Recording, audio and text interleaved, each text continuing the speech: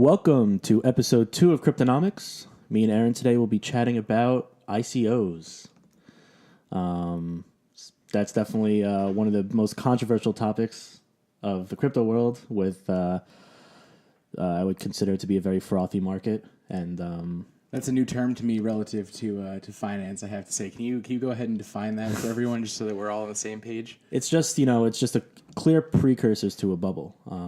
I'm not going to speculate on if Bitcoin is in a bubble right now or cryptos as a whole, but in terms of ICOs, I think that it's definitely making Ethereum's ecosystem a bit frothy and definitely in a bubble. And all of us Ethereum investors should just be wary for a dump sooner or later.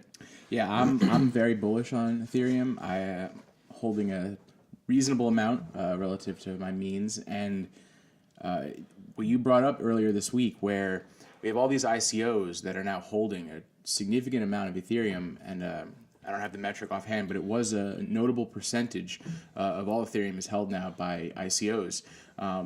At some point, they're definitely going to liquidate, and what does that mean for Ethereum? What does that mean for that market and its future?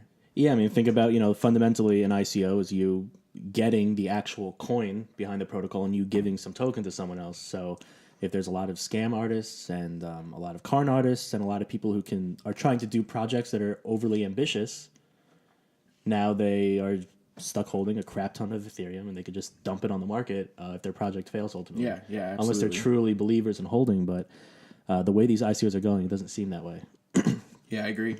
But there are legitimate ICOs. There are legitimate use cases. Yeah, definitely. And I think that's, I'm a glass half full kind of guy.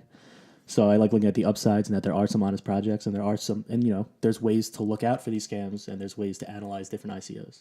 Yeah, I'm more of a I call myself a realist, but it's probably more of a glass half full kind of person. And I do definitely see a lot of these ICOs as money grabs, and it raises some concern as to what will happen as these play out. There's so many of them, and I don't know if truly more than half are legitimate projects that at least fully intend on trying to make a run of it. I think 90% are bullshit, but those 10% I think can be That's hardly a really good full. investment. No, but I'm saying that there are honest projects and there is some legitimacy to some ICOs, and I think we should discuss what we look for in those. There's different aspects to an ICO. There's the team, which is in my opinion most important. There's the token model offering. What is the mechanism? What's the mechanism they're using for selling their tokens, and different ways to evaluate them. So why don't we talk a little bit about how those fundraising models vary and different caps, and I know you're pretty familiar and you have some insightful thoughts on how that works. Yeah, so I mean, when you think about what an ICO token sale is, it's pretty interesting because you're trying to find out really the perfect way to fundraise money. Ultimately, and when you start thinking about it at a deep level, it gets interesting. It's not just Kickstarter where you raise $5 and give them a free T-shirt. That's not the only way to fundraise. So, I guess we could break it up into different domains. There's some ICOs that are just looking for a hard cap, saying, "Hey, we're just looking to raise $10 million." Just looking to raise $10 million. And then there's some that say a soft cap, which I'm not a fan of.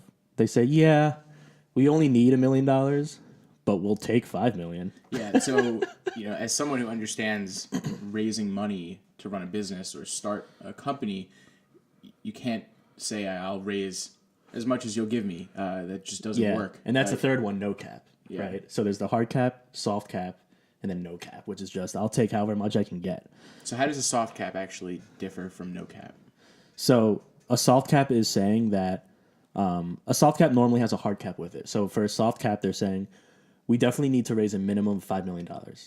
That's what we need to operate. We'll raise up to 20. But we'll take up to 20. Got it. And then if it runs out in that time frame, however long they're doing the ICO for, that time period, they'll take $6 million or whatever they hit. Got it. My point really applies to the no cap. Right. And the no cap is just they just clearly have not thought out the resources required and the time required and what they need. You should know, with some precision, it doesn't need to be, deadly accuracy, but with some precision, how much money you need to operate over your runway. Right. And then there's the final offering, which is now starting to get a little more sophisticated, where people are selling tokens. They're selling X number of tokens based on a time frame.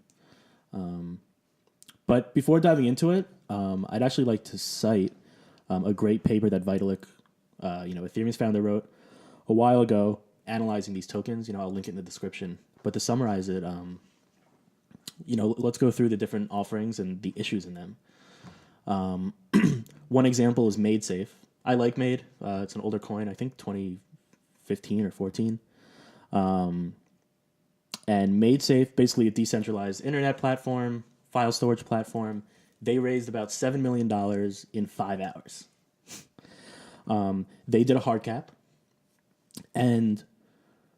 but they made a mistake of accepting 2 different currencies as payment. So there are some ICOs who say, okay, we're willing to raise money and we'll take Bitcoin and Ethereum. And then on top of that, they're giving different rates for both. So in MadeSafe's coin, they were accepting Bitcoin and Mastercoin. And they gave a more favorable rate for Mastercoin. Interesting. So let's see how this played out now. So the result of this was that everyone was selling Bitcoin to get Mastercoin to buy into this ICO, right? Let's say it had a cap of $7 million, let's say. And even if it was no cap and just time, I forget which one it was, they got $7 million, there's a time. Now, everyone was selling their Bitcoin for Mastercoin, which means that Mastercoin's value was actually going up. So Mastercoin's volume like 2 or 3x, I believe, just from the MadeSafe ICO happening. But then what happened was the ICO ended, and everyone was stuck with Mastercoin, and Mastercoin actually dumped, which then decreased the value that they raised. So it hurts the bag holders of people who were trying to get in and didn't get in on time, and it also hurts MadeSafe. So one thing that we can learn from that is that it's not necessarily good to accept 2 different currencies and then accept 2 different rates for each currency. We learned that from MadeSafe coin. And they're a great team. They're a great token. I'm just saying, that's one example of an ICO token model offering that can be improved on. Then there was another one is BAT. How much did they raise? I think they raised 35 were into million. that one. 35 million, right? In number. less than a minute. I think it was less than 30 seconds. 30 seconds. So that's cool for BAT, and that's cool for people who got in. But when you have a hard cap of just $35 million or X amount of dollars, there tends to be a tendency for people to rush to invest, which causes an overvaluation. Because, if they're asking for $10 million, maybe they're overvaluing themselves. And maybe if they see that they're really only hitting $5 million and that's all they need, then that's a more realistic valuation. Got it, yeah. So one is accepting 2 different coins, there's an issue. A hard cap can have an issue because people are rushing to invest and it causes an overvaluation. But there's another one, another ICO that happened called Gnosis, Gnosis. And they actually had an interesting mechanism. They're saying that we're going to sell X amount of tokens depending on how fast we sell. So they were looking for about $12.5 million. And they said if we sell in 1 day, you get 5% of the tokens that we have. If we sell in, I'm going to make this up now. If we sell in 2 weeks, we're going to give 10% of the rest of our tokens and then 20%. So this sort of creates an implied valuation per token, right? Because me as an investor now, I can say, well, I don't want to invest until day X when I know they're going to be releasing an X percentage of the total coins that they have because I believe that each token should be valued at this rate. Then if they sell out before day X, me as an investor shouldn't be frustrated that I didn't get in because it would have been a bad deal in my opinion. Yeah, it didn't meet your terms. Exactly. The issue with Gnosis is that they didn't burn all the other tokens, so me as an investor would be wary that they could just dump on their own market and decrease the value of their token on whatever exchange they're listed. So maybe one way to improve. So one of my favorite token model offerings that people are playing with now is basically Gnosis with selling X% over time of a cap, but then you should burn your tokens. You have to burn those tokens. Yeah. So, I kind of rushed through that a lot, but one side of the ICOs is the token model offerings, and that's something to look into when you're thinking about investing in an ICO. The next most important thing, in my opinion, is the team. Just being realistic. Absolutely. A team can always pivot. If their project fails, I hope that they're still going to get that money because this isn't like there's not that there's not really a legal contract behind this stuff. It's not saying if you fail this project, I want my money back, or you can't really have any specific terms on a personal level. So you kind of have to have faith that they're going to keep moving forward with that money one way or another, even if it's a completely different idea. Yeah, I think that really applies more broadly to all cryptocurrencies, not just Ethereum tokens. This team is going to carry the currency forward, and you need to believe that not only are they capable, but they're committed and dedicated to the project, and that they will carry it forward to the best of their ability. Yeah, exactly.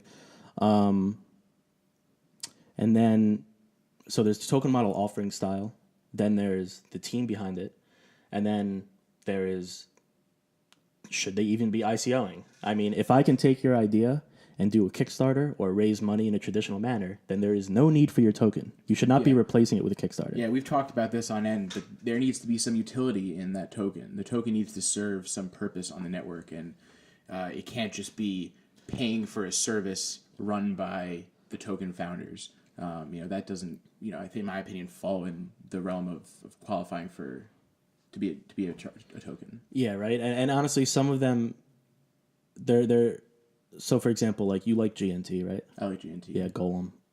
They had some real utility, in my opinion. Yeah. So Golem, that's how people who are sharing their resources, their computing resources, they get paid in Golem. And if you're trying to use someone else's computing resources on the network, you pay for that service in Golem. So there's a marketplace where the only way you can transact there is Golem. And I think that that's a more valid use case, a valid need for there to be a token behind the network. Right. And the same, yeah. And that same principle for me, another good example is BAT. Yeah, definitely. BAT has real utility in the sense that if the Brave browser gets popular and BAT within that browser is used, BAT is a token where content creators on the internet get rewarded because you can choose to pay them out monthly and you could choose to pay them out on the spot. And then also you get rewarded for watching ads. Yeah, they're trying to be this broad advertising platform. But yeah, you pretty much summarized it. Content creators get rewarded in BAT.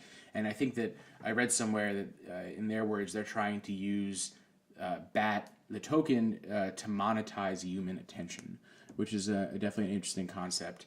But yeah, so the content creators are getting paid in BAT by the viewers.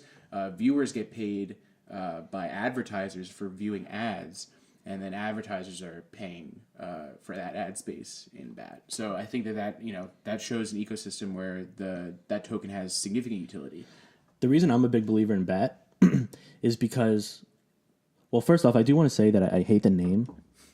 The three letters, BAT, BAT, it's fine, I guess. But Basic Attention Token is a pretty horrific name. It's pretty bad. For a token that's about content and and working with content creators, that is just not a good way to get your name out there.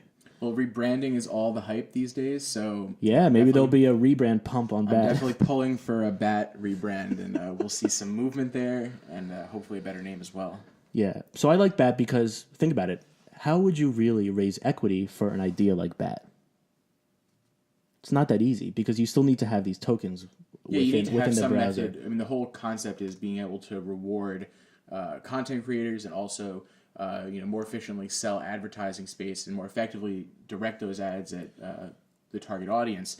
So I think it is a very good application for cryptocurrency and for this token model. And I think as BAT is used more, it should go up a little bit in value. Yeah. So that's something to be careful about, is that when you're analyzing this, when you're analyzing and deciding to invest in an ICO, excuse me, this beer,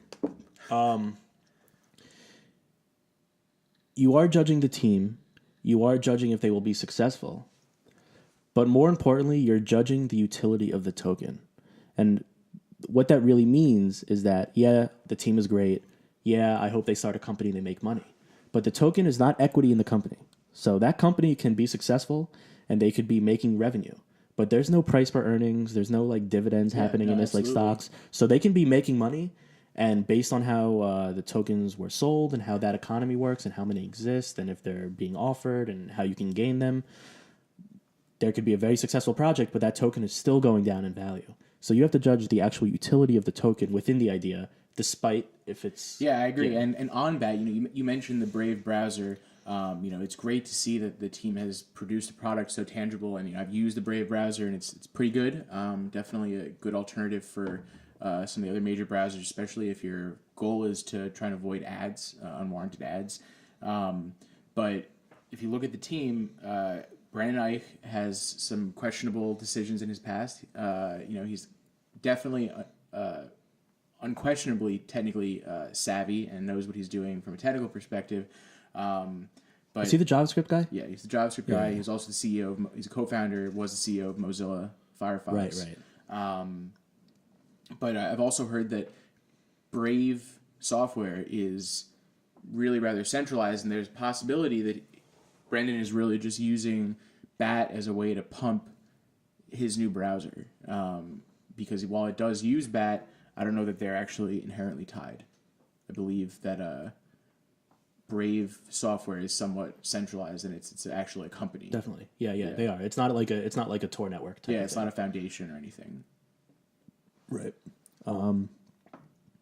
So those are the three big aspects that I look for when I invest in ICOs. And it's funny because it sounds simple, but if you live by those three aspects, the token model offering, the team, and then most importantly, the utility of the token, and is there a reason?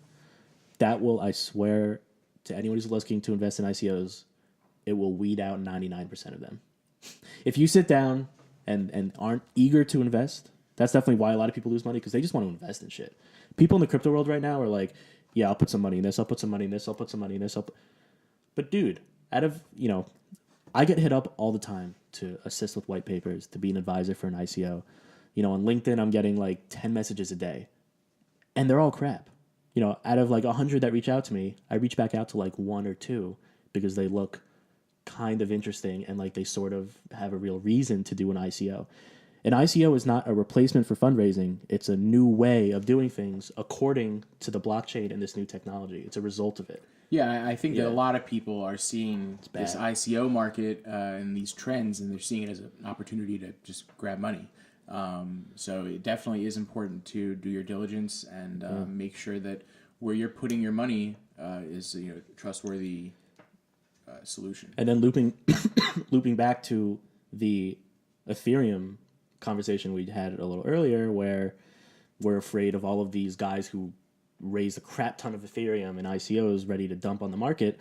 You as an ICO investor should first and foremost care about the platform, right? So if you're investing in Ethereum ICOs with these ERC20 compatible tokens, you should first and foremost care about Ethereum. Will this ICO contribute to Ethereum? And then obviously keep track of how's Ethereum scalability going and what's Vitalik doing and all that. Partially why I'm very bullish on Neo. Ethereum is very decentralized, and they let virtually everyone launch a project on it, which for the, true anarchist, libertarian, freedom fighter, I guess that's fine. But the reason I like Neo is because it is a decentralized platform, but they have more of a screening process. Well, at this stage, my understanding is Neo is in fact quite centralized. It's quite centralized. Nodes are all of the nodes right now that are running are operated by the Neo Foundation. Correct. So most of them, I believe there's some that might not be. No, I think they all are. I could be wrong, but I was reading in the last couple of weeks that all of the nodes right now, as of now, this could change for sure. Yeah. But all of the nodes as of now are run by the Neo Foundation. Yeah. So the comparison I was reading was a bit negative, and it definitely drew an analogy to Ripple, where they can print money on a whim.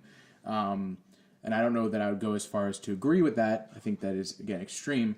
But for the time being, it definitely is pretty centralized relative to Ethereum, which is truly decentralized. So it's true. But if you look at the investment opportunity on Neo right now, and you look at their I'm going to say about 10 ICOs that happened on their platform so far.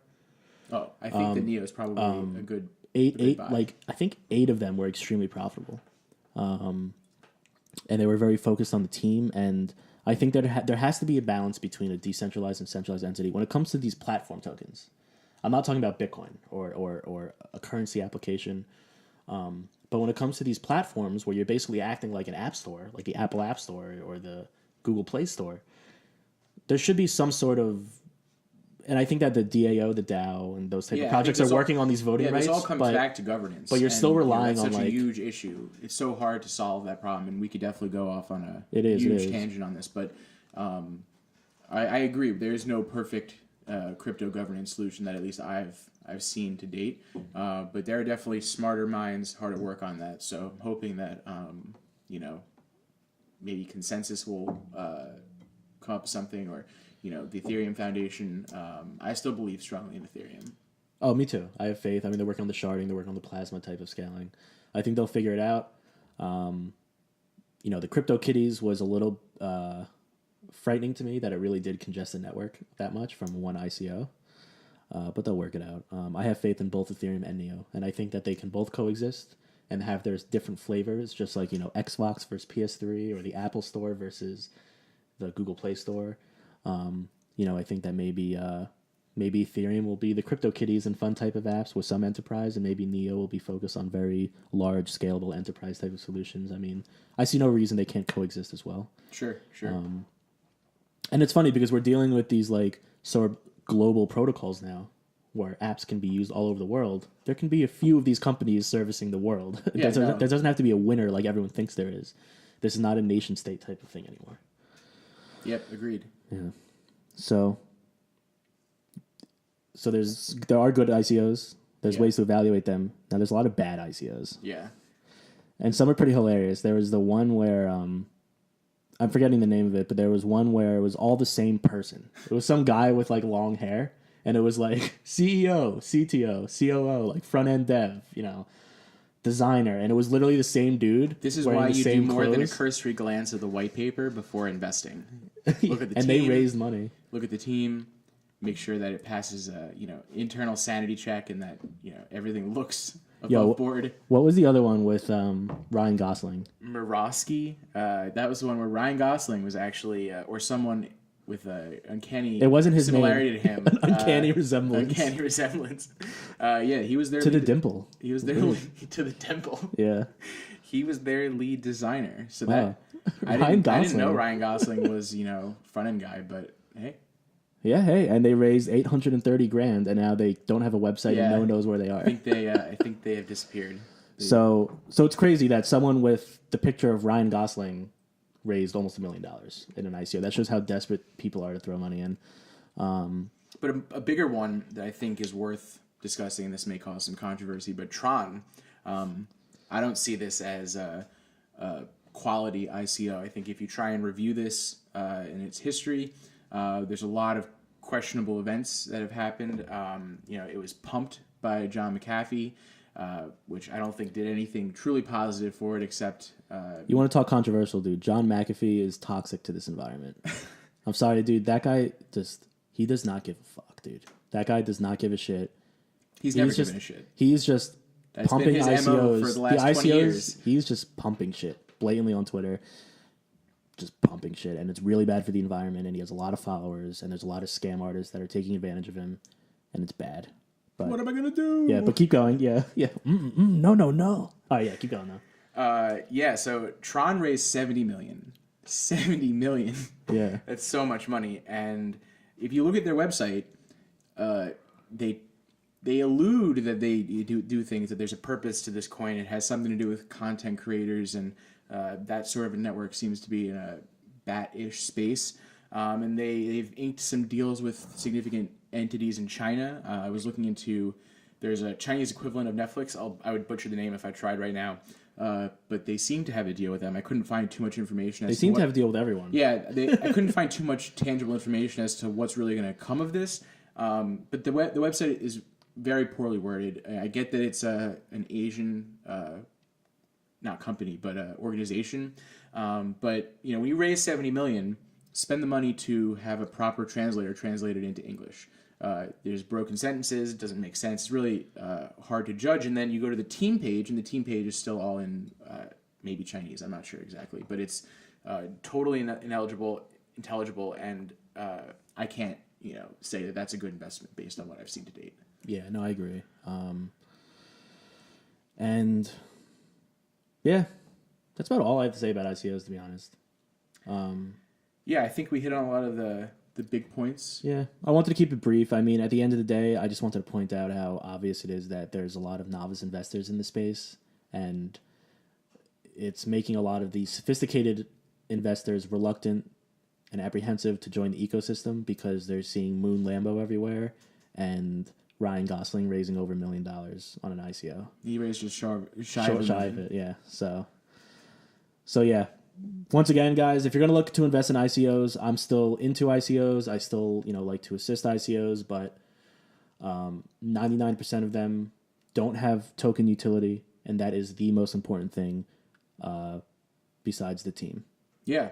And if something we've said here has infuriated you, feel free to leave a comment below. We're definitely interested in your feedback and your thoughts. Yeah, that's fine. We'll bring out the gloves and, whatever. So settle this in the streets. Yeah, so if you guys have any more questions and if there's any other topics you want us to speak about, just let us know in the comments, and we'll see you next time.